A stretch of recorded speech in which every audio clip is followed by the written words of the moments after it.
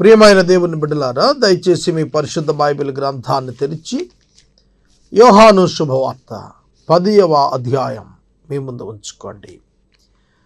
10వ అధ్యాయం 42 వచనాలు కలిగిన అధ్యాయం. ఈ అధ్యాయంలో యేసుక్రీస్తు ప్రభువారు సాదృశ్య రూపంగా చెబుతున్న మాటలు ఇందులో వ్రాయబడ్డాయి. యేసుక్రీస్తు ప్రభువారు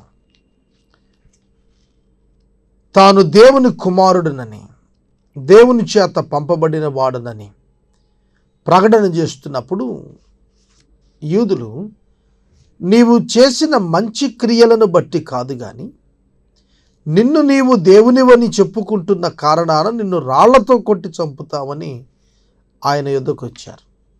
ఇది చాలా ఆసక్తికరమైన అధ్యాయం.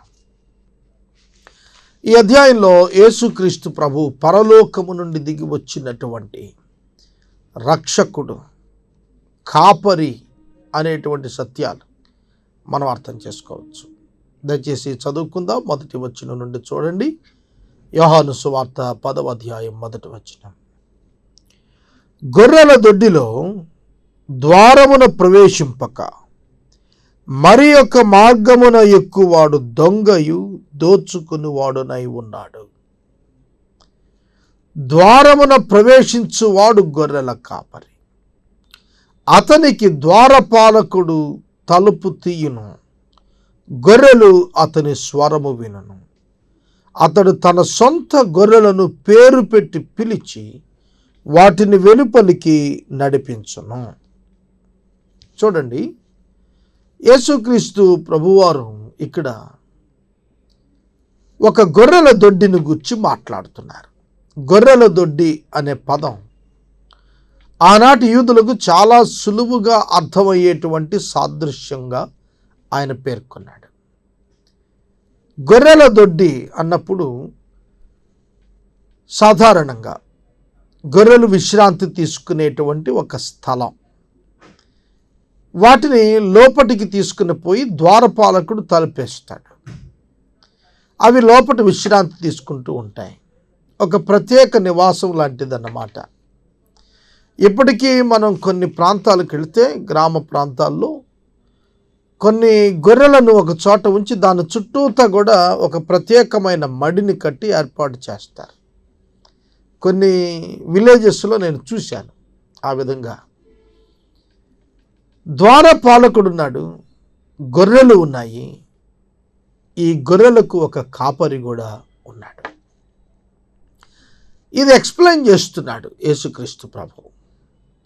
ద్వారపాలకుడు, గొర్రెల కాపరి, గొర్రెల యజమానుడు మరియు గొర్రెల దొడ్డి, ఈ యొక్క వ్యక్తులను అర్థమయ్యేట్టుగా చెబుతూ, పరలోకములో ఉన్న దేవుడు, నియమించబడినటువంటి కాపరి, నియమించబడిన ద్వారపాలకుడు, యజమానుడైనటువంటి దేవుడు, విశ్వాసుల గుంపు భూలోకములో నివసిస్తూ ఈ గొర్రెల కాపరి మరియు ద్వారపాలకుని ఆధీనంలో ఉన్నటువంటి గొర్రెలను గూర్చి మాట్లాడుతున్నాడు. పరలోకమందున్న దేవుడు తన పిల్లలైనటువంటి వారిని ఆయన గొర్రెలతో పోల్చి మాట్లాడుతున్నాడు. ఒక కాపరిగా యేసుక్రీస్తు ప్రభువును పోల్చి మాట్లాడుతున్నాడు. ద్వారపాలకుడిగా పరిశుద్ధాత్మని గురించి మాట్లాడుతున్నాడు. గొర్రెలుగా విశ్వాసులను గురించి మాట్లాడుతున్నాడు. ఈ గొర్రెలు ఈ దొడ్డినందు ప్రత్యేకించబడి సంరక్షించబడుతున్న దృశ్యాన్ని వివరిస్తున్నాడు. రక్షణ సందేశం ఎంత సులువుగా అర్థం చేసుకునేట్లు యేసు ప్రభు చేస్తున్నాడో మీరు చూడండి. యజమానుడు దేవుడే, గొర్రెలకు యజమానుడు దేవుడు. ఆయన ఆ యొక్క గొర్రెలను తన కాపరి చేతికి అప్పగిస్తున్నాడు. యోహాను సువార్త 10వ అధ్యాయం యేసుక్రీస్తు ప్రభువారు తనను గూర్చి, నేను గొర్రెలకు మంచి కాపరిని అని సెలవిచ్చారు. యేసు మంచి గొర్రెలకు కాపరి అని చెప్పలేదు, కానీ గొర్రెలకు మంచి కాపరి. అర్థం చేసుకోండి, కాపరికి గొర్రెకు ఉన్న సంబంధం, కాపరికి గొర్రెకు ఉన్నటువంటి సంబంధం మనం అర్థం చేసుకుంటే యేసుక్రీస్తు ప్రభువుకు విశ్వాసికి ఉన్న సంబంధం అర్థమవుతుంది. కీర్తనాకారుడు దావీదు 23వ సంకీర్తన రాసినప్పుడు అతడు ఒక గొర్రెగా తనను వర్ణించుకుని తన కాపరిగా దేవుని గురించి మాట్లాడుతున్నాడు.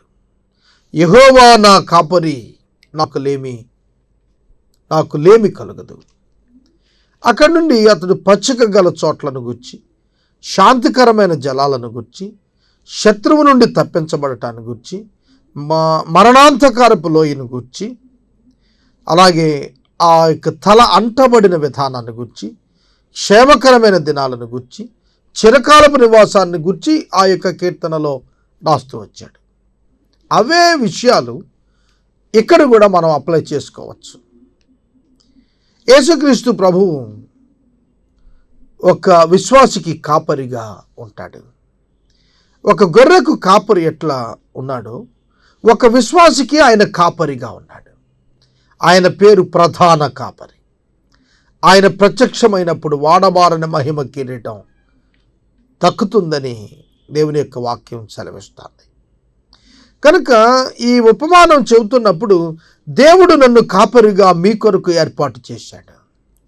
ఇశ్రాయేలీయులందరినీ కూడా ఒక గొర్రెల దొడ్డిలో సమకూర్చాడు.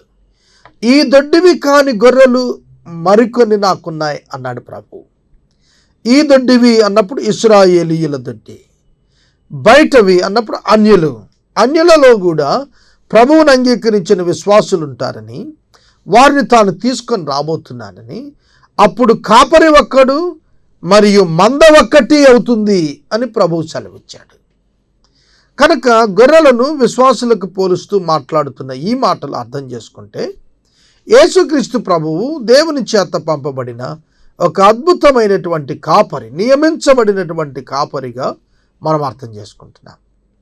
అంతేకాదు ఆయన ఉపమానాలు చెబుతూ ఉన్నప్పుడు 100 గొర్రెలు కలిగినటువంటి ఒక గొర్రె తప్పిపోయినప్పుడు ఆ గొర్రెలు కాస్తుండగా 99 వాటిని విడిచిపెట్టి తప్పిపోయిన ఆ గొర్రెను వెతుకుతున్నాడు. తప్పిపోయిన ఆ గొర్రెను వెతికి దానిని కనుగొని భుజానేసుకొని వచ్చి సంతోషించాడు అని రాసింది. కనుక ఈ గొర్రెల కాపరి ఏ విధంగా గొర్రెలను సంరక్షిస్తాడో, వెతుకుతాడో, పోషిస్తాడో, కాపాడుతుంటాడో, అలానే యేసుక్రీస్తు ప్రభువారిని కూడా దేవుడు అవే లక్షణాలతో, అవే ఉద్దేశాలు నెరవేర్చడానికి ఈ లోకానికి పంపించాడు. అందుకని అంటున్నాడు, వేరొక మార్గమున ఎక్కువాడు దొంగయును దోచుకునేవాడునై ఉన్నాడు. ద్వారపాలకుడు తీసిన ద్వారపాలకుడు ద్వారము తీయకుండానే వేరొక మార్గమున ఎక్కువాడు. చూడండి, గొర్రెల దొంగలు ఈ గొర్రెల దొడ్లను ఆక్యుపై చేయటానికి ఒక సహోదరుడు, నా స్నేహితుడు, ఒక డిపార్ట్మెంట్ వ్యక్తిని నేను అడిగాను, ఏమిటి గొర్రెలు దొంగతనం చేసేది, ఎట్లా చేస్తారు అని కనుక్కుంటే, రాత్రికి అతడు ఆ గొర్రెల దొడ్డిని దొంగతనంకి వెళ్ళాలి అంటే వాడు ఉదయమునే వచ్చి దొంగ దారులు వెతుక్కుంటాడట. ఆ దారులను అతడు ప్రవేశించి ఆ గొర్రెలను తీసుకుని వెళ్ళటానికి ప్రయత్నం చేస్తాడు. ద్వారపాలకుడు ద్వారం మూసినప్పుడు, ద్వారపాలకుడు ద్వారం తెరిచే వరకు లోపలికి ప్రవేశించే అవకాశం లేదు. అటువంటి సందర్భాల్లో ద్వారపాలకుడు తెరిచిన ద్వారం గుండా కాకుండా వేరొక మార్గం గుండా ఎక్కే ప్రయత్నం చేసి ఆ గొర్రెలను దొంగిలించాలనుకునేవాడు దొంగయు దోచుకునేవాడునై ఉన్నాడని ప్రభు సెలవిస్తున్నాడు. కనుక నేను గొర్రెల కాపరిని అనే వేషంతో వచ్చేవాడు వాడు ద్వారపాలకుని మోసం చేయలేడు, కానీ గొర్రెలను మోసం చేసే అవకాశం ఉంటుంది. అయినప్పటికీ కూడా ఆ గొర్రెలు ఎట్లాంటి స్వభావం కలిగి ఉంటాయి అనేది, అనగా విశ్వాసులు ఏ విధంగా ఉంటారు, ఎట్లా పరిరక్షించబడతారనేది ప్రభు తెలియచేస్తూ వచ్చాడు. చదువుతాను చూడండి. ద్వారమున ప్రవేశించువాడు గొర్రెల కాపరి, అతనికి ద్వారపాలకుడు తలుపు తీయను. గొర్రెలు అతని స్వరమును వినును, అతడు తన సొంత గొర్రెలను పేరు పెట్టి పిలిచి వాటిని వెలుపలికి నడిపించును. మరియు అతడు తన సొంత గొర్రెలన్నింటినీ వెలుపలికి నడిపించినప్పుడల్లా వాటికి ముందుగా నడుచును. గొర్రెలు అతని స్వరము ఎరుగును గనుక అవి అతనిని వెంబడించును. చూడండి, యేసుక్రీస్తు ప్రభువారు తన యొక్క విశ్వాసులను గురించి మాట్లాడుతూ, నేను నా విశ్వాసులను ఎరుగుదును, నా విశ్వాసులు నా స్వరాన్ని వింటారు, దాన్ని గుర్తుపడతారు, నన్ను వెంబడిస్తారు. చూడండి, దేవుని యందు విశ్వాసం ఉంచిన వారు, యెహోవా దేవుని యందు నిజంగా విశ్వాసం ఉంచిన వారు, యెహోవా దేవుని యొక్క వాక్యమునందు నిజంగా విశ్వాసం ఉంచిన వారు నన్ను గుర్తుపడతారు. అది ప్రభు చెబుతోంది. లేఖనములు యేసును గురించి సాక్ష్యమిస్తున్నాయి. కాబట్టి లేఖనములను మీరు గనక నమ్మితే నేను దేవుని చేత పంపబడ్డానని మీరు నన్ను నమ్ముతారని యేసు ప్రభు వారితో తేటగా చెప్పాడు. కనుక యేసు యొక్క స్వరం దేవుని యొక్క స్వరమే. దేవుడు ఏం మాట్లాడుతున్నాడో అదే యేసు బయలుపరుస్తున్నాడు. కనుక ఆయన గొర్రెలు, దేవుని యొక్క పిల్లలు, దేవుని యొక్క కుమారుడైన యేసు స్వరం వింటాయి, గుర్తుపడతాయి. కనుక గుర్తుపట్టి ఆయనను వెంబడించడం ప్రారంభిస్తారు. అది ప్రభు చెబుతోంది. ఏమాత్రం భయపడరు. యేసును వెంబడించడానికి భయపడక్కర్లేదు. ఎందుకో తెలుసా? యేసునందు ఏ పాపము లేదు. కనుక యేసును వెంబడించడానికి అనుమానించాల్సిన పని లేదు. యేసుక్రీస్తు ప్రభువును అనుమానించాల్సిన పని లేదు. ఎందుకంటే ఆయన యందు ఏ పాపము లేదు. ఆయన ఈ లోకానికి నరావతారిగా వచ్చి శిలువ మరణం పొందినంతగా తనను తాను తగ్గించుకొని మనలను ప్రేమించి మన పాపం కొరకు తాను ప్రాయశ్చిత్తం చేశాడు. ఇంకా ఆయన ఎందుకు అనుమానించాలి? యేసు దేవుడు కాదు అని అనుమానించాల్సిన అవసరం ఏమొచ్చింది? దేవుని గుణలక్షణాలు యేసుక్రీస్తు ప్రభువునందు ప్రస్ఫుటంగా నెరవేర్చబడ్డాయి. కనుక ఆయన నమ్మదగినవాడు, ఆయన నీతిమంతుడు, ఆయన దేవుని యొక్క అదృశ్య స్వరూపమైన దేవుని యొక్క దృశ్య స్వరూపం. ఆయన శరీరం నందు దేవుడి నివాసం ఉన్నాడు. కనుక దీనిని ఆయన బిడ్డలు గుర్తెరుగుతారు. అలా కాకుండా అన్యుని స్వరము అవి ఎరుగము గనుక అన్యుని ఎంత మాత్రం వెంబడింపక వాని యొద్ద నుండి పారిపోవునని మీతో నిశ్చయముగా చెప్పుచున్నానని వారితో అనెను. అన్యుని స్వరము, దేవుని స్వరము, కాపరి స్వరము, అన్యుని స్వరము, దొంగయును దోచుకున్న వాడైన అన్యుని స్వరము దేవుని పిల్లలు వినరు. దేవుని యొక్క ఏర్పాటులో ఉన్నవారు, ద్వారపాలకుని చేత సంరక్షించబడుతున్నటువంటి వారు, పరిశుద్ధాత్మని చేత ముద్రించబడినటువంటి వారు యేసుక్రీస్తు ప్రభువును కాక మరి దేనిని కూడా దేవునిగా నమ్మరు. ఎందుకంటే వారికి తెలుసు దేవుని స్వరం ఏదో, వారికి తెలుసు అపవాది స్వరము ఏదో. ఈ రెండు స్వరాల కంపారిజన్ ఇక్కడ చెబుతున్నప్పుడు ఒక్కసారి ఏదైనా వనాన్ని మనం జ్ఞాపకం చేసుకుందాం. ఆదాము హవ్వలు దేవుని స్వరూపము, దేవుని యొక్క పోలికలో నిర్మాణం చేయబడినప్పుడు ఏదైనా వనంలో ఉంచబడ్డారు. ఏదైనా వనములో ఉంచబడిన వారిద్దరికీ ఒక స్వరం తెలుసు. ఆ స్వరము దేవుని యొక్క స్వరం. ఆదికాండము గ్రంథం 2వ అధ్యాయం 17వ వచనంలో నరుడైన ఆదామునకు దేవుడు ఇచ్చినటువంటి ఆజ్ఞ, మంచి చెడు తెలివినిచ్చు వృక్ష ఫలమును నీవు తినకూడదు, తిన్న దినమున నిశ్చయముగా నీవు చచ్చెదవు అని నరునికి ఆజ్ఞాపించను. అది దేవుని స్వరం. ఆదికాండము గ్రంథము 3వ అధ్యాయములో మీరు చావనే చావరు, మీ కన్నులు తెరవబడును, మీరు దేవుని వలె అవుతారు అనేది అపవాది యొక్క స్వరం, అన్యుని యొక్క స్వరం. కనుక దేవుని పిల్లలు దేవుని స్వరం వింటారు, అపవాది పిల్లలు అపవాది స్వరం వింటారు. దేవుని పోలిక సారూప్యములో ఉన్నప్పుడు వీరు అపవాదిని వాళ్ళు లెక్క చేసేవారుగా ఉండరు.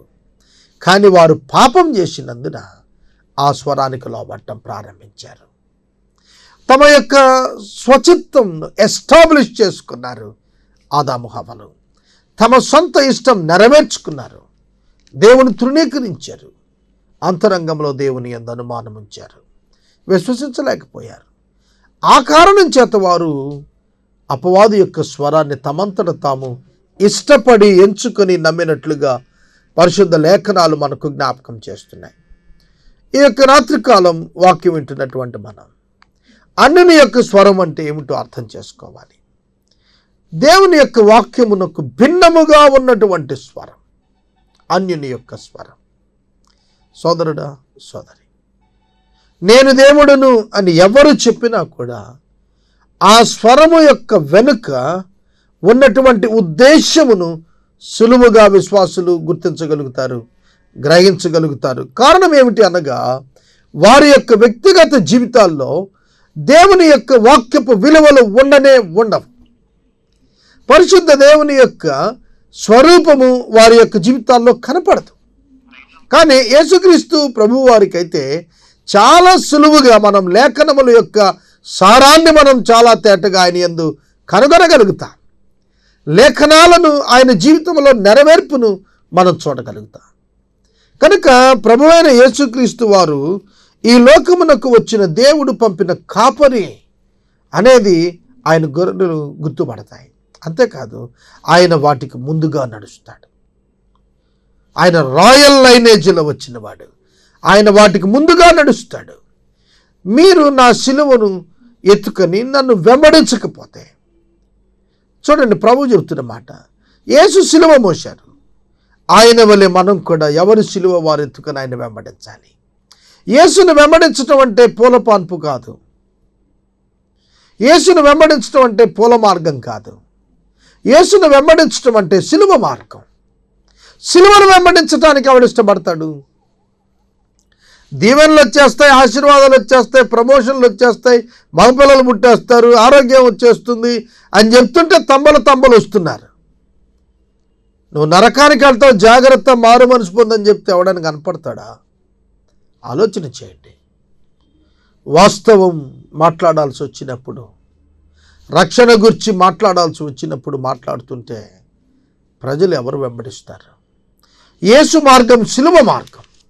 సిలువ మార్గమే సింహాసనానికి దేవుడు ఏర్పాటు చేశాడనేటువంటి సత్యం ఈనాడు బోధకులు దాచేస్తున్నారా? ఒక్కసారి మనం ప్రశ్నించుకుందాం.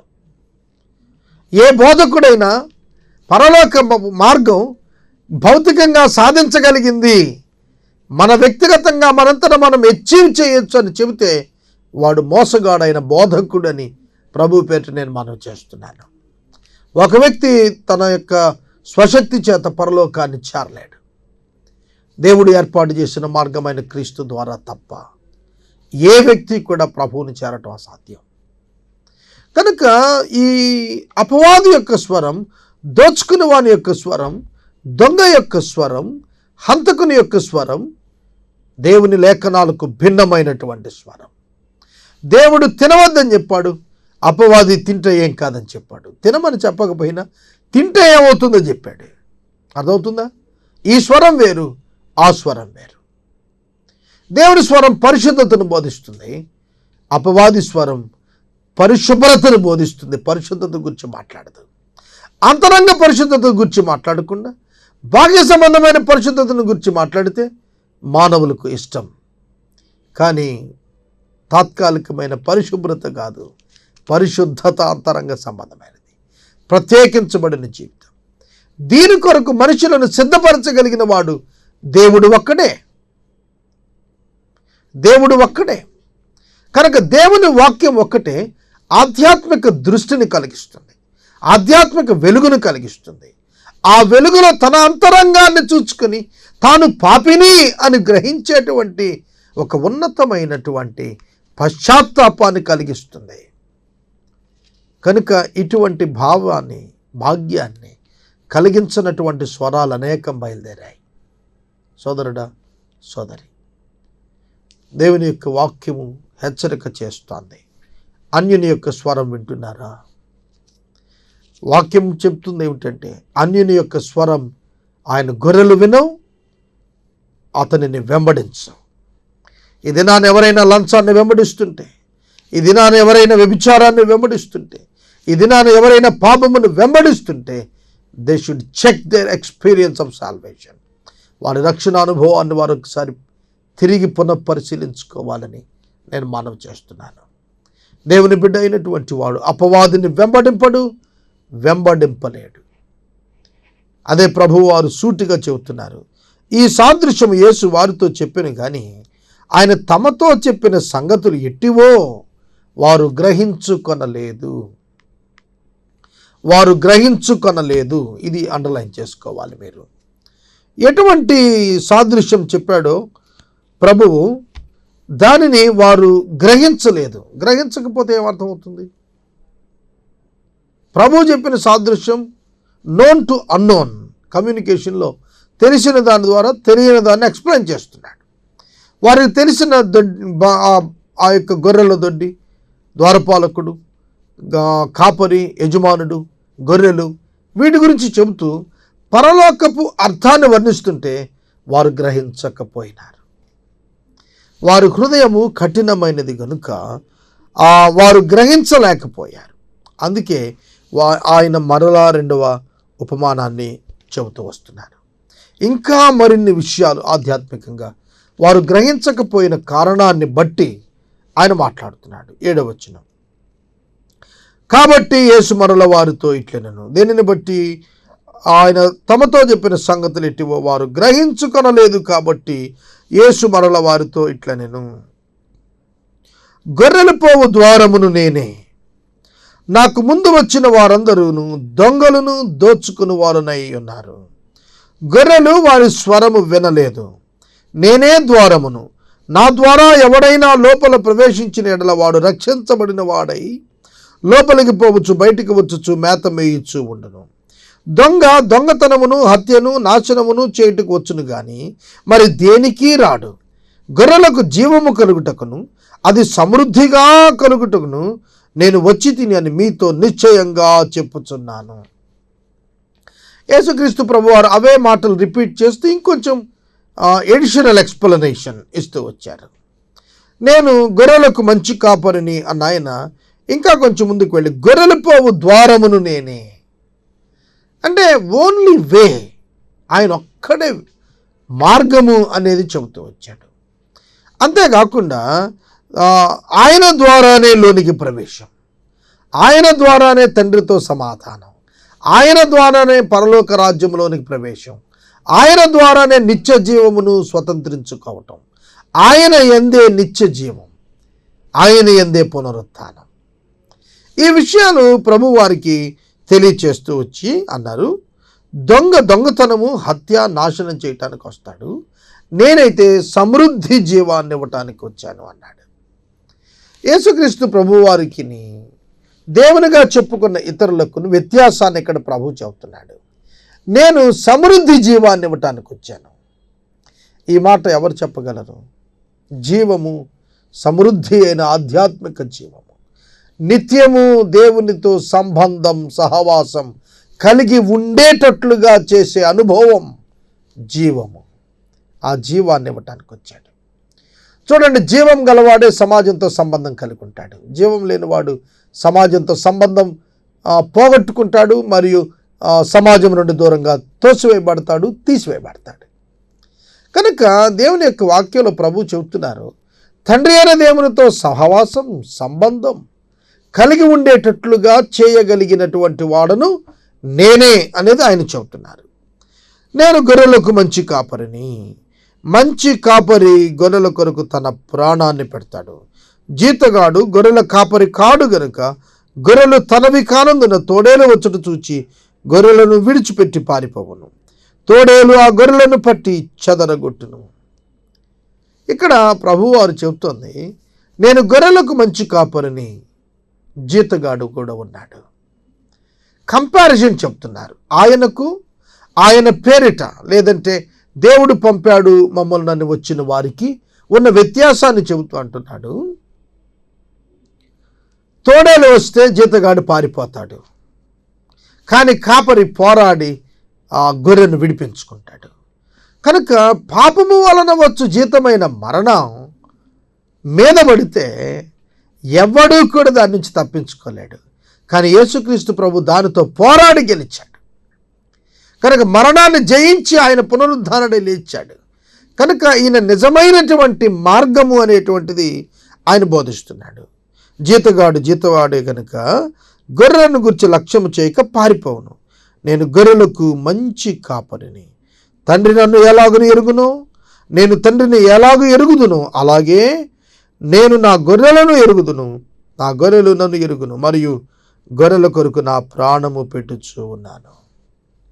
యేసుక్రీస్తు ప్రభువారు ఏర్పాటు చేయబడిన ఇశ్రాయేలు వంశావళిని గురించి మాట్లాడుతూ, వారి కొరకు నేను ప్రాణం పెడుతున్నాను. నేను ప్రాణము పెట్టగా ఆ ప్రాణము పెట్టినందున అనేకులు ఆయన ఎదుకు వచ్చేటట్లుగా నేను ఏర్పాటు చేస్తూ ఉన్నానని ప్రభువు చెబుతున్నారు.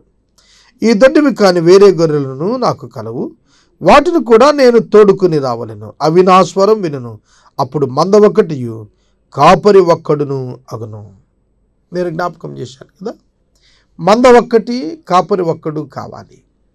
ఇశ్రాయేలీయులలోనే కాదు, అన్యులలో సహితము దేవుని పిల్లలు ఉన్నారు, దేవుని యందు విశ్వాసం ఉంచిన బిడ్డలు ఉన్నారు. వారందరినీ కూడా ఆయన ఒక మందగా కూర్చబోతున్నాడు. రెండవ రాకడలో ఇది జరుగుతుంది. క్రీస్తు ప్రభువారి యొక్క సెకండ్ కమింగ్, రెండవ రాకడలో ఈ ఏక మంద కూర్పు జరుగుతుంది. ఇశ్రాయేలీయులలో రక్షించబడిన వారు, అన్యులలో నుండి రక్షించబడిన వారు ఒక మందగా చేయబడతారు. ఒకే కాపరిగా ఆయన వారి కొరకు ఉంటాడు. నేను దాన్ని మరలా తీసుకొనున్నట్లు నా ప్రాణం పెడుచున్నాను, ఇందువలననే నా తండ్రి నన్ను ప్రేమిస్తున్నాడు. ఎవడూ నా ప్రాణం తీసుకోడు, నా అంతటా నేనే దాన్ని పెడుతున్నాను.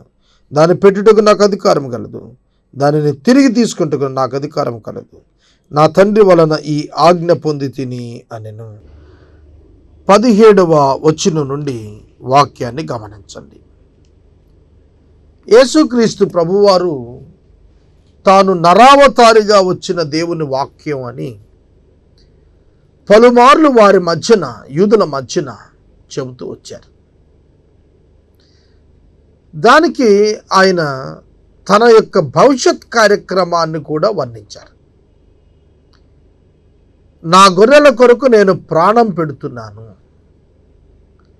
చూడండి, నేను మరలా తీసుకునేటట్లుగా నా ప్రాణం పెడుతున్నాను, ఇందువలన నా తండ్రి నన్ను ప్రేమిస్తూ ఉన్నాడు. ఈ వచనాలు మీరు చూస్తే, నా తండ్రి నన్ను ఇందువలన ప్రేమిస్తున్నాడు. ఎందువలన? గొర్రెల కొరకు ప్రాణం పెడుతున్నాడు కాబట్టి కాపరిగా ఉన్న ప్రభువును తండ్రి అయిన దేవుడు ప్రేమిస్తున్నాడు. హెబ్రీ పత్రిక మీరు పలుమార్లు చదవాలి అనేది నా ఆకాంక్ష. నేను 8 నుండి 10 తరగతుల మధ్య హెబ్రీ పత్రిక మీద, రోమా పత్రిక మీద క్విజ్ కండక్ట్ చేయడం కోసం కొన్ని వందల ప్రశ్నలు ప్రిపేర్ చేశాను నా బాల్యంలో. అది అనుకోకుండా జరిగిన ప్రక్రియ. అప్పుడు ఆసక్తితో చేశాను, ఇంకా ప్రభువుని నేను అంగీకరించక పూర్వం జరిగిన ప్రక్రియ అది.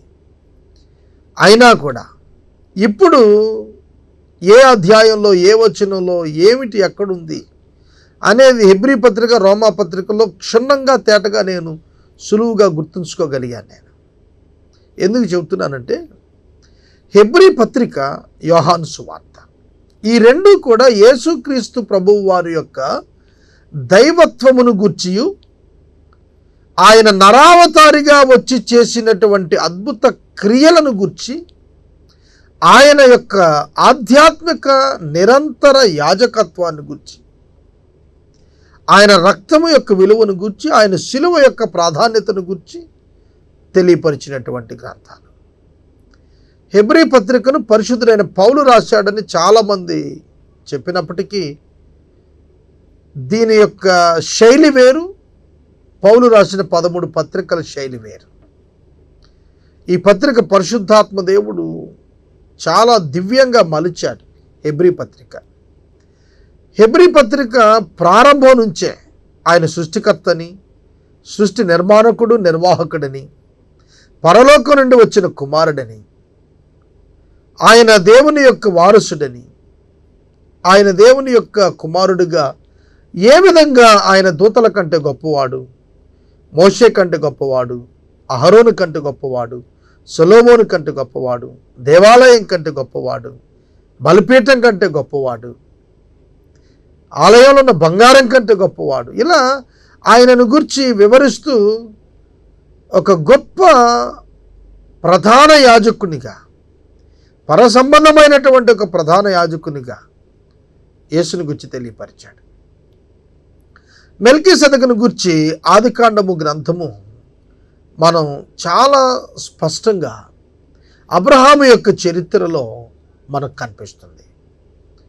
ఈ మెల్కీసెదెకు ఆది అయిన జీవమునకు అంతమైన తల్లి తండ్రి వంశావళి లేనటువంటి వాడైన షాలేము రాజు అని చెప్పాడు. క్రీస్తు పూర్వం 2000 సంవత్సరాల క్రితం ప్రత్యక్షమైన మెల్కీసెదెకు అనే షాలేము రాజు అనే నిరంతర యాజకుడు దేవుని కుమారుడైన యేసుక్రీస్తును పోలి క్రీస్తు పూర్వం 2000 సంవత్సరాలప్పుడు భూమి మీద సంచరించాడని హెబ్రీ గ్రంథకర్త 7వ అధ్యాయంలో రాస్తూ వచ్చాడు.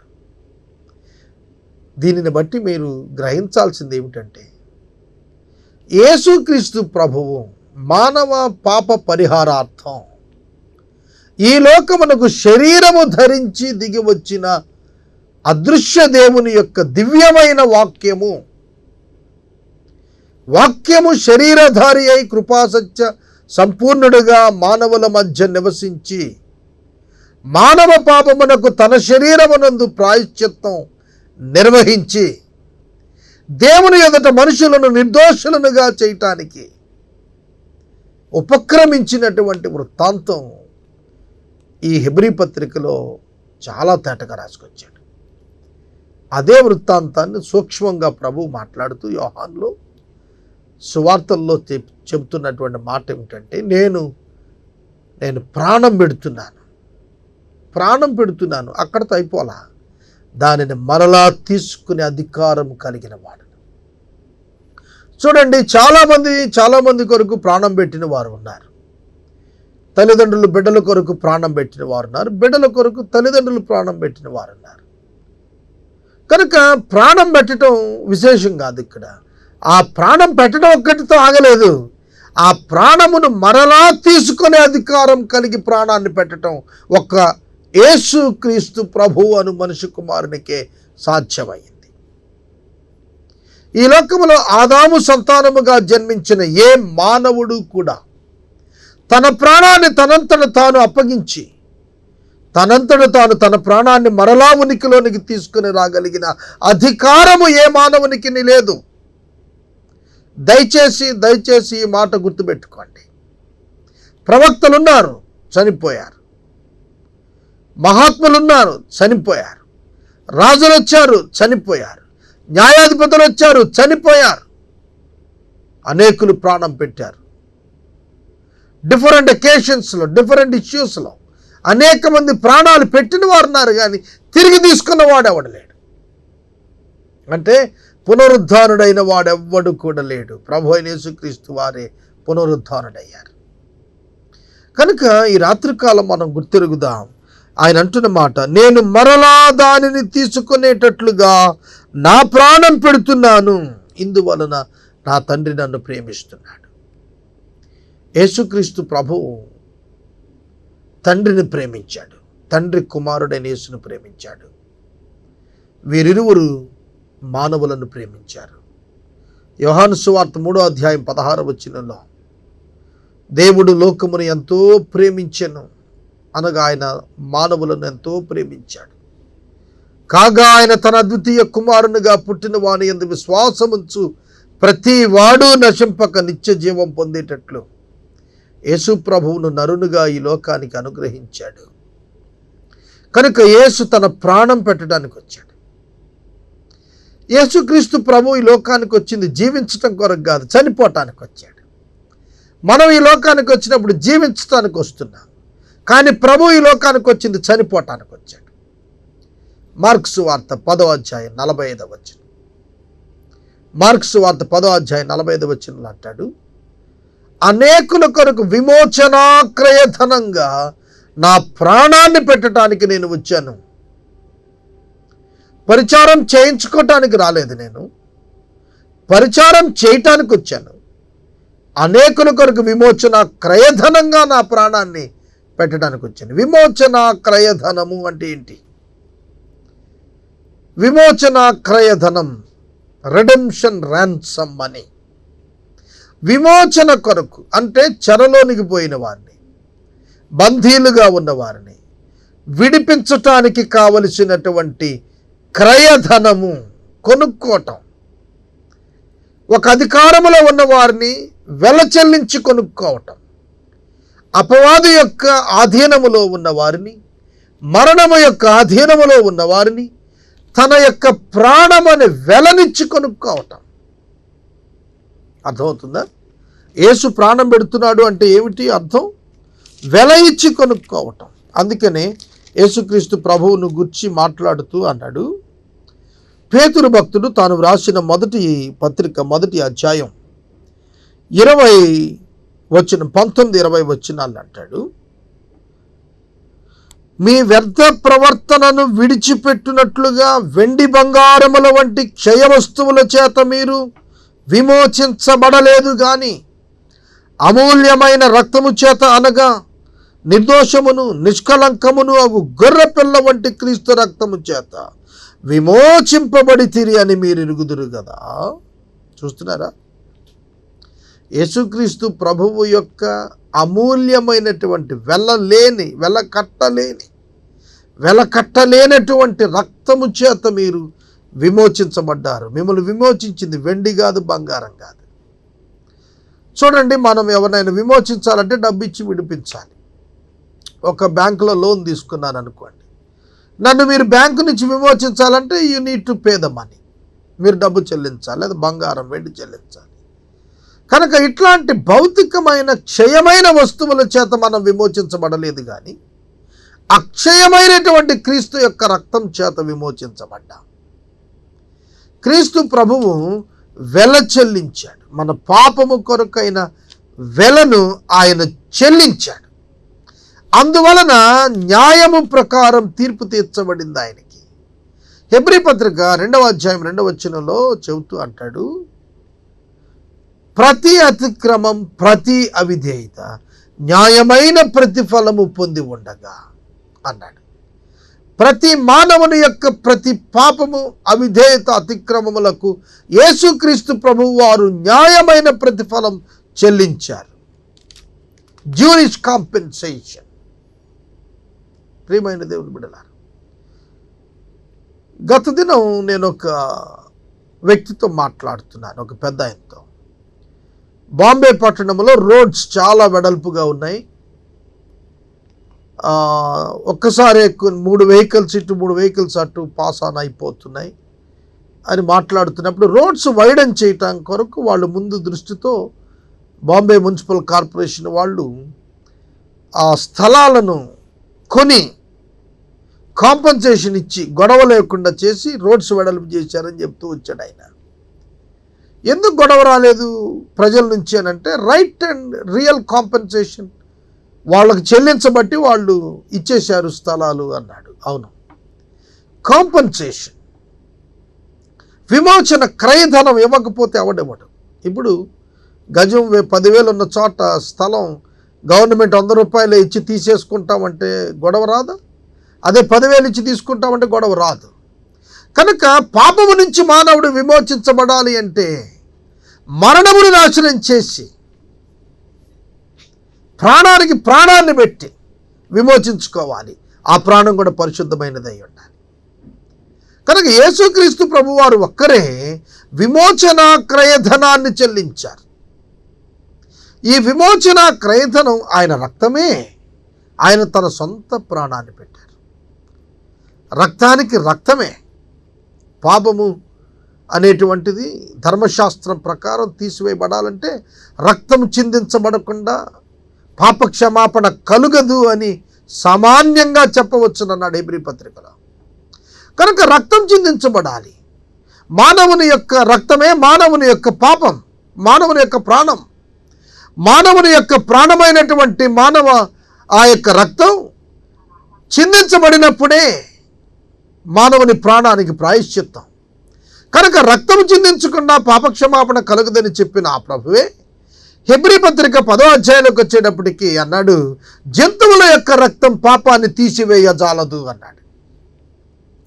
పాపము కప్పబడుటకు జంతు రక్తం సరిపోతుంది, కానీ పాపము తొలగించబడుటకు పరిశుద్ధ మానవుని రక్తం చిందించబడాలి. ఒక దోషి స్థానములోనికి నిర్దోషి అయిన వాడు రావాలి. ఆ నిర్దోషి చేసినటువంటి బలియాగాన్ని దేవుడు అంగీకరించాలి. అప్పుడే దోషి విముక్తి చెందుతాడు దోషాన్ని నుంచి. కనుక ఆయన అంటున్న మాటలు ఏమిటంటే, నేను మరలా తీసుకునేటట్టు నా ప్రాణాన్ని పెడుతున్నాను. అందుకే దేవుడు నన్ను ప్రేమిస్తున్నాడు. మానవ పాప పరిహారార్థం యేసుక్రీస్తు ప్రభువారు దేవుని బాహువైనటువంటి ఆయన దేవునికి సహాయకుడిగా నిలిచాడు. దేవుని గుణలక్షణాలు మానవునికి క్షమాపణ ఇవ్వకపోతే నిలబడవు. నా మాట విన్నారా? మళ్ళీ చెప్పనా? దేవుని గుణలక్షణాలు డిమాండ్ చేస్తున్నాయి మానవుని కొరకు నరావతారిగా వచ్చి ప్రాణం పెట్టాలని. ఆ కార్యాన్ని యేసు ప్రభు చేశాడు. అందుకనే తండ్రి అయిన దేవుడు ఆయనను ప్రేమిస్తున్నాడు. ఫిలిప్పీ పత్రిక 2వ అధ్యాయంలో చెబుతాడు, ఈ నామమును అన్ని నామాల కంటే ఎక్కువగా హెచ్చించాడు. ప్రతివాని మోకాలు ఆయన యొక్క పాదములు ఎదుట వంగేటట్లుగా దేవుడు అనుగ్రహించాడు అన్నాడు. సోదరుడా, సోదరి, పాపం పోవాలి అంటే ఏదో సోపుతో రుద్దితే మురిగిపోయినట్టు కాదు. ఏదో ఒక 4 మంచి పనులు చేస్తే పాపం పోతుంది అని అనుకోవటం అవివేకం, వెర్రితనం. పాపము ప్రక్షాళన అవ్వాలి అనగా పాపమునకు క్రయధనంగా పరిశుద్ధ రక్తం చిందించబడాలి.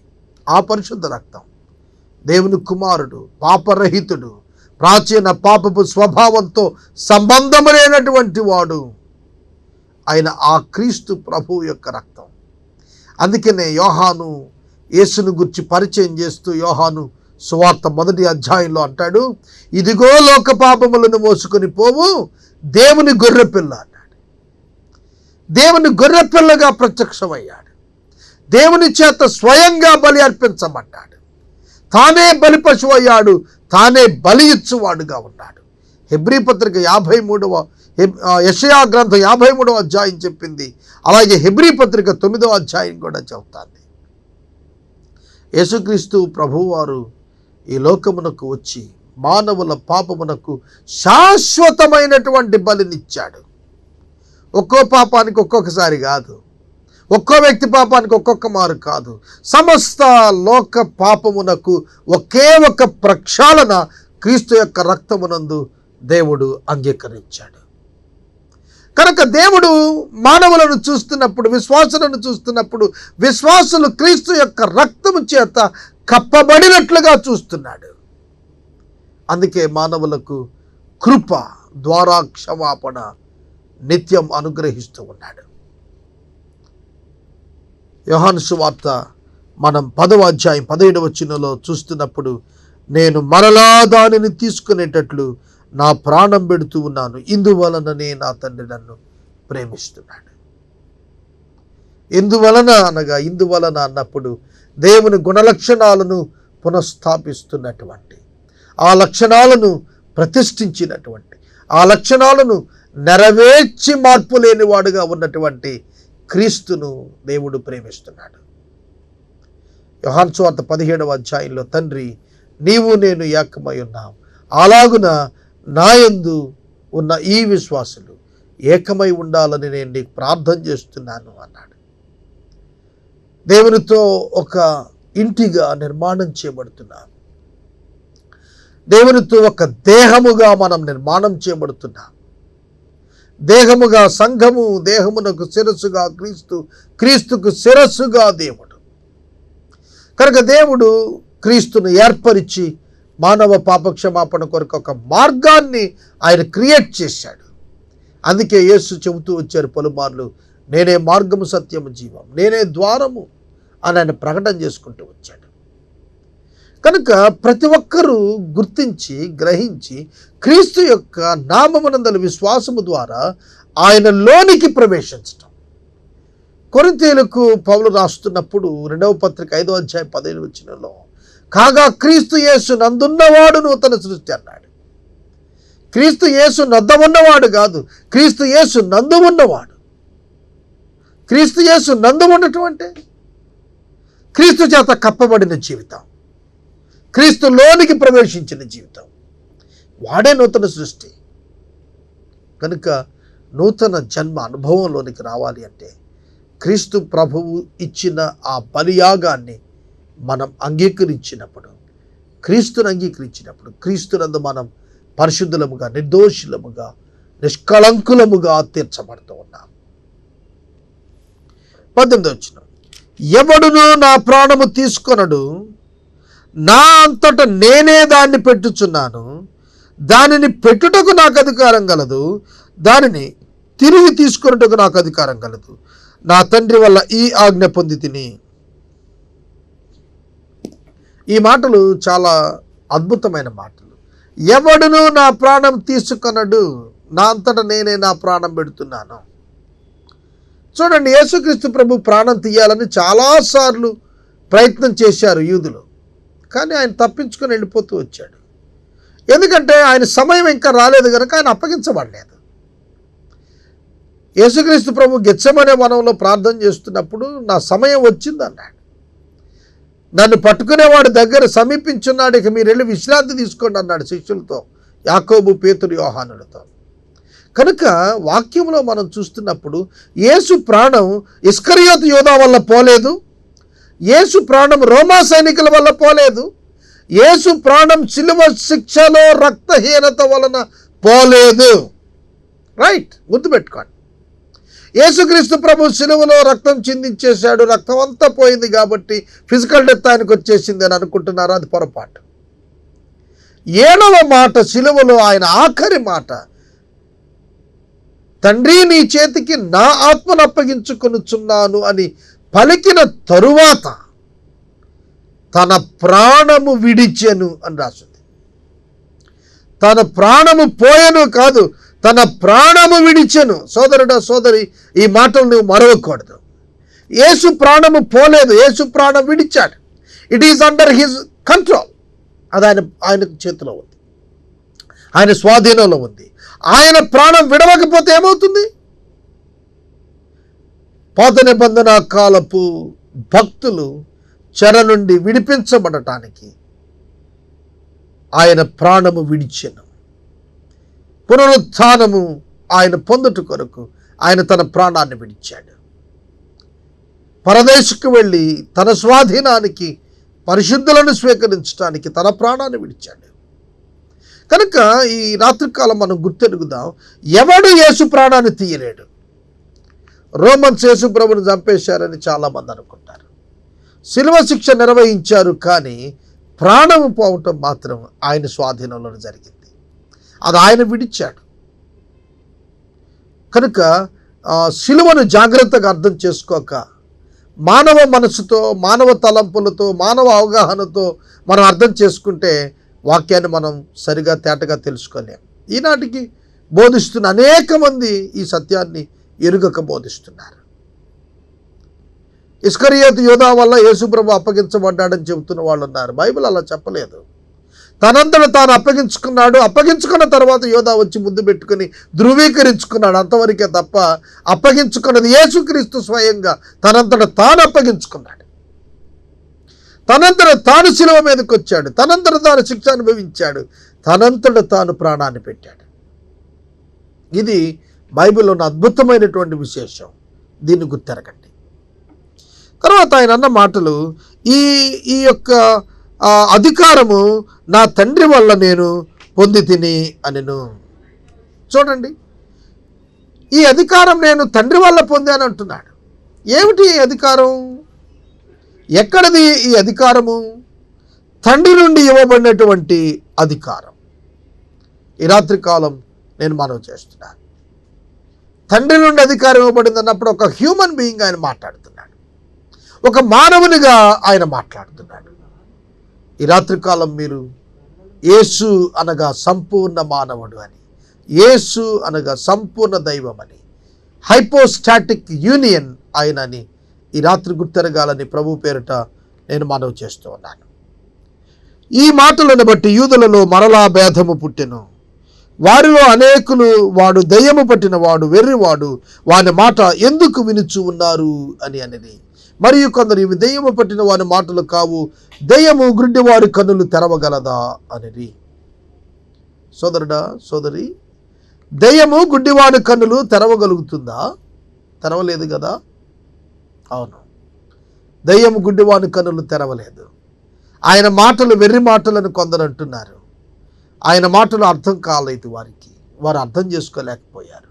యేసు సత్యం చెబుతున్నాడు, వారికి అర్థం కాలేదు. నోవాహు సత్యం చెప్పాడు, జలప్రళయం వస్తోంది, ఓడ నిర్మించుకోమన్నాడు, విశ్వాసంలోనికి రండి అని పిలిచాడు, ఎవరు రాలేదు. సోదరుడా, సోదరి, సొదొమ గొమొర్రాలో దేవదూతలు సత్యం చెప్పారు, ఆ ఊరి వారు లోతు మాటలు పట్టించుకోలేదు, నాశనమైపోయారు. యేసు మాటలు వెర్రి మాటలుగా ఆనాటి ధర్మశాస్త్రోపదేశకులు భావించారు, కానీ ఆయన మాటలు సత్యమైన మాటలు అని అనేకులు ఆ దినాన ఆయన యందు విశ్వాసం ఉంచారు. ఎందుకంటే ఆయన గుడ్డివాని కన్నులు తెరిచాడు, దెయ్యాలు గుడ్డివాని కన్నులు తెరవలేవు. 22వ వచనం, ఆయన ఆలయ ప్రతిష్ట పండుగ యెరూషలేములో జరుగుచుండెను, అది శీతాకాలము. ఆలయ ప్రతిష్ట పండుగ యెరూషలేములో జరుగుచూ ఉండెను, అది శీతాకాలము. అప్పుడు యేసు దేవాలయములో సొలొమోను మంటపమున తిరుగుచూ ఉండగా యూదులు ఆయన చుట్టూ పోగై, ఎంత కాలము మట్టుకు మమ్మను సందేహపెట్టుదువు, నీవు క్రీస్తువైతే మాతో స్పష్టముగా చెప్పుము అనేది. అందుకు యేసు, మీతో చెప్పితిని గాని మీరు నమ్మరు. నేను నా తండ్రి నామమునందు చేయుచున్న క్రియలు నన్ను గుర్చి సాక్ష్యమిస్తూ ఉన్నవి. యేసుక్రీస్తు ప్రభువు వారు మెస్సియా అనేటువంటి విషయాన్ని యూదులు తమంతట తాము ధృవీకరించుకోలేక తేల్చుకోలేకపోతున్నారు. అందుకే ప్రభువారిని పలుమార్లు వారు అభ్యర్థిస్తూ వచ్చారు, నీవెవరో మాకు చెప్పు, నీవెవరో మాకు చెప్పని. ఎందుకు వారు ఆ విధంగా నీవెవరో మాకు స్పష్టంగా చెప్పు అని అడుగుతున్నారు? కన్ఫ్యూజన్ ఏమిటి ఇందులో? కన్ఫ్యూజన్ ఏమీ కూడా యేసయ్య పక్షంగా లేదు. కన్ఫ్యూజన్ అంతా యూదుల మనస్సుల్లోనే ఉంది. లేఖనాలను సరిగా అర్థం చేసుకోకపోతే కన్ఫ్యూజన్ వస్తుంది. చాలా పర్యాయాలు మనం బైబిల్ చదువుతూ ఉంటాం, కానీ దాని యొక్క వాస్తవ అర్థం అది కాదు అనేది తదుపరి బైబిల్ స్టడీస్లో మనకు కొన్నిసార్లు అర్థమవుతూ ఉంటుంది. వాక్యం మనకు అర్థం కాకపోవటం వలన వాక్యంలో కన్ఫ్యూజన్ లేదు, కానీ మనం కన్ఫ్యూజ్ అయ్యి వాక్యాన్ని అర్థం చేసుకోకపోవటమే. అలాగే యేసుక్రీస్తు ప్రభువు దేవుని కుమారుడు, మెస్సియా, క్రీస్తు, అభిషిక్తుడు అనేది ఆయన ముందు నుంచి చెబుతూనే వస్తున్నాడు, కానీ వింటున్నటువంటి యూదులే కన్విన్స్ కాలేకపోతున్నారు. కారణము వారికి లేఖనాలపైన అవగాహన లేకపోవటము, వాటి నెరవేర్పు వారి కన్నుల ఎదుట జరుగుతున్నప్పటికీ కూడా దానిని తెలుసుకోలేకపోవటం. అందుకు యేసు, నేను మీతో చెప్పితిని కానీ మీరు నమ్మరు. చూడండి, నమ్మని వారు యేసును గ్రహించలేరు, నమ్మిన వారే యేసును గ్రహిస్తారు. వారు యేసును నమ్మలేదు గనక యేసు క్రీస్తుని వారు తెలుసుకోలేకపోయారు. నేను నా తండ్రి నామమున చేయుచున్న క్రియలు నన్ను గురించి సాక్ష్యం ఇస్తున్నాయి. యేసే క్రీస్తు అని చెప్పటానికి సాక్ష్యం ఏమిటి అంటే, తండ్రి అయిన దేవుని పేరిట ఆయన చేస్తూ వచ్చిన అద్భుతమైనటువంటి క్రియలు. ఆయన క్రియలను గనుక మనం తెలుసుకుంటే ఆ క్రియలే ఆయన ఎవరనేది, ఎందుకు వచ్చారనేది సాక్ష్యం ఇస్తున్నాయి. అయితే మీరు నా గొర్రెలలో చేరిన వారు కారు గనుక మీరు నమ్మరు. నా గొర్రెలలో చేరిన వారు, ఇక్కడ ప్రభు ఆయన యందు నమ్మిన వారిని గొర్రెలతో పోల్చి మాట్లాడుతున్నాడు. కారణం, ఒక గొర్రె కాపరిపై ఏ విధంగా ఆధారపడుతుందో ఆ విధంగా ఆధారపడటంలో వారు లేరు అనేటువంటి సత్యాన్ని ఆనాటి యూదులకు ప్రభువారు తెలియచేశారు. నా గొర్రెలు నా స్వరం వింటాయి, నేను వాటిని ఎరుగుదును, అవి నన్ను వెంబడించును. నేను వాటికి నిత్య జీవమును ఇస్తున్నాను గనుక అవి ఎన్నటికీ నశింపవు. ఎవడును వాటిని నా చేతిలో నుండి అపహరింపడు. వాటిని నాకిచ్చిన నా తండ్రి అందరికంటే గొప్పవాడు గనుక నా తండ్రి చేతిలో నుండి ఎవడును వాటిని అపహరింపలేడు. నా చేతిలో నుండి ఎవడు అపహరింపడు, నా తండ్రి చేతిలో నుండి వాటిని ఎవడు అపహరింపడు. కారణం ఏంటంటే నా తండ్రి అందరికంటే గొప్పవాడు, ఆయనే ఆ గొర్రెలను నా చేతికి అప్పగించాడు అని ప్రభువు చెప్తున్నారు. యేసుక్రీస్తు ప్రభువులో ఉన్నటువంటి త్రిత్వాన్ని ఆయన బలపరుస్తూ చెప్పిన మాటలు ఇవి. తండ్రి ఆయన యందున్నాడు, ఆయన తండ్రి యందున్నాడు. కనుక తండ్రి అనుగ్రహించిన గొర్రెలు అనగా విశ్వాసులు యేసు ఎన్నటికీ పోగొట్టుకోడు. కారణం ఏంటంటే ఆ గొర్రెలు దేవుని యందు విశ్వాసం ఉంచినవి, అనగా ఆ విశ్వాసులైన వారు దేవుని బట్టి ప్రభువునందు విశ్వాసం ఉంచారు.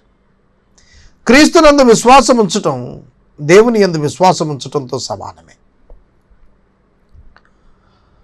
నేనును తండ్రియు ఏకమై ఉన్నామని వారితో చెప్పాను. నేనును తండ్రియు ఏకమై ఉన్నామని వారితో చెప్పాను. తండ్రి కుమారుడు ఏకమై ఉన్నారని ప్రభువు వారితో చెబితే వారు అపార్థం చేసుకున్నారు.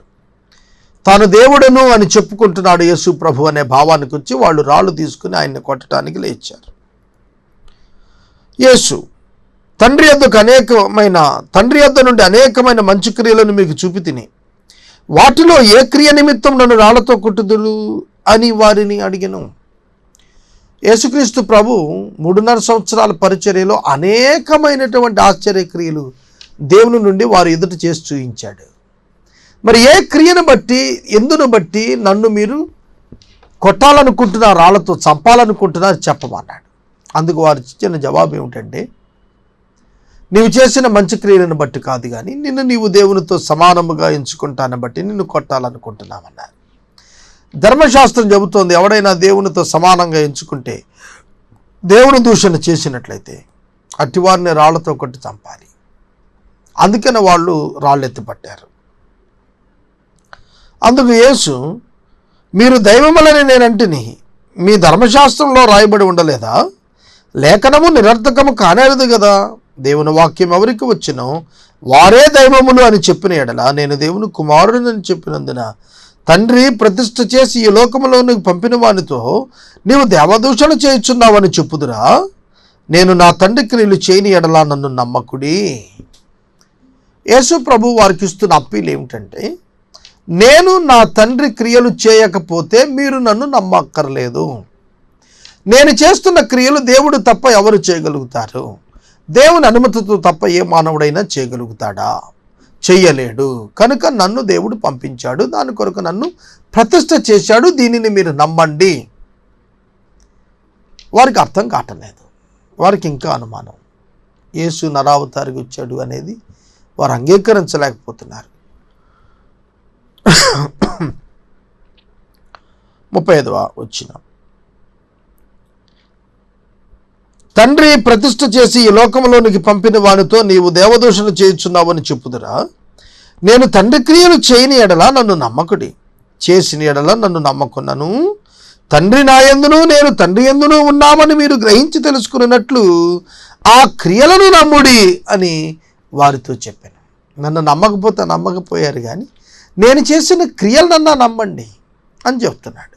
యేసు పుట్టుగుడ్డి వాని కన్నులు తెరిచాడు. వారి కన్నుల ఎదుట ఆ పుట్టుగుడ్డి వాడు చూపు పొంది చూస్తూ మార్గాన వెళుతున్నాడు. ఊత చేయగలిగిన వాడు చేయి చాపి చూయించాడు. పక్షవాయు కలిగిన వాడు తన పరిపెత్తుకుని వారందరి ముందు నడిచి వెళ్ళాడు. రక్తస్రావము కలిగినటువంటి స్త్రీ వారందరి ఎదుట వచ్చి సాక్ష్యం చెప్పింది. యాయిరు కుమార్తె చనిపోయి తిరిగి బ్రతికింది. ప్రభు వారు ఆమెను లేపారు. లాజరు సమాధిలోనికి వెళ్ళాడు. లాజరును ప్రభు మరలా బయటికి తీసుకొని వచ్చాడు. యాయిరు యొక్క కుమార్తెను, అలాగే నాయను గ్రామపు విధవరాలు కుమారుణ్ణి కూడా ప్రభు బతికించారు. ఈ విధంగా చూస్తూ వెళ్ళినప్పుడు యేసు చేస్తున్న క్రియలు దేవుని శక్తితో చేస్తున్న క్రియలు. ఈ క్రియలనన్నా నమ్మండి, అప్పుడైనా మీరు నా యందు విశ్వాసం ఉంచుతారేమో అని ప్రభు వారి ముందు సెలవిస్తున్నాడు. 39వ వచనం, వారు మరలా ఆయనను పట్టుకొని చూచిరి గాని ఆయన వారి చేతిలో నుండి తప్పించుకొని పోయాను. వారు మరలా ఆయనను పట్టుకొని చూచితిరి. ఎందుకంటే నేను దేవుని యొద్ద నుండి వచ్చాను, నేను తండ్రి సంబంధిని, నా తండ్రి నేను ఒకటై ఉన్నాము, నా తండ్రి క్రియలు చేస్తున్నాను, మీరు ఆ క్రియలను నమ్మండి. ఈ విధంగా మాట్లాడుతుంటే వారు దేవదూషణ చేస్తున్నాడు యేసు అనేటువంటి భావానికి వచ్చి ఆయనను మరలా పట్టుకోవాలని ప్రయత్నం చేశారు, కానీ ఆయన సమయం ఇంకా రాలేదు కనుక ఆయన వారి మధ్య నుండి తనంతట తాను వెళ్ళిపోయాడు. 10వ అధ్యాయం అంతా కూడా మనం ధ్యానం చేస్తున్నప్పుడు యేసుక్రీస్తు ప్రభువునకు శాస్త్రులు, పరిసయ్యులు, యాజకులు, సదుకాయులు ఇట్లాంటి వారందరికీ వాగ్యుద్ధం. ఆయన దేవుని కుమారుడైన క్రీస్తు అని ఆయన చెబుతుంటే కాదని నిరూపించడానికి వారి ప్రయత్నం చేస్తున్నారు. ఆ ప్రయత్నంలో వాళ్ళు ఆయన అనేక పర్యాయాలు అడ్డగించారు, ఆయన మాటలను అనుమానించారు, ఎన్కౌంటర్ చేయటం ప్రారంభించారు. అయినప్పటికీ ఆయన ఓపికగా జవాబులు ఇస్తూ వచ్చాడు. ఈ రాత్రికాలం మీరు వాక్యం వింటుండగానే మీ వ్యక్తిగత అనుమానం ప్రక్కన పెట్టండి, విశ్వాసంతో ఉండండి. యేసుక్రీస్తే దేవుడు పంపినటువంటి మెస్సియా, యేసుక్రీస్తు ప్రభువే లోకానికి నరావతారిగా వచ్చిన దేవుని యొక్క వాక్యం. ఈ దేవుని యొక్క వాక్యం నరావతారిగా, శరీరధారిగా, కృపాసత్య సంపూర్ణుడిగా మానవుల మధ్యన నివసించినటువంటి దైవం.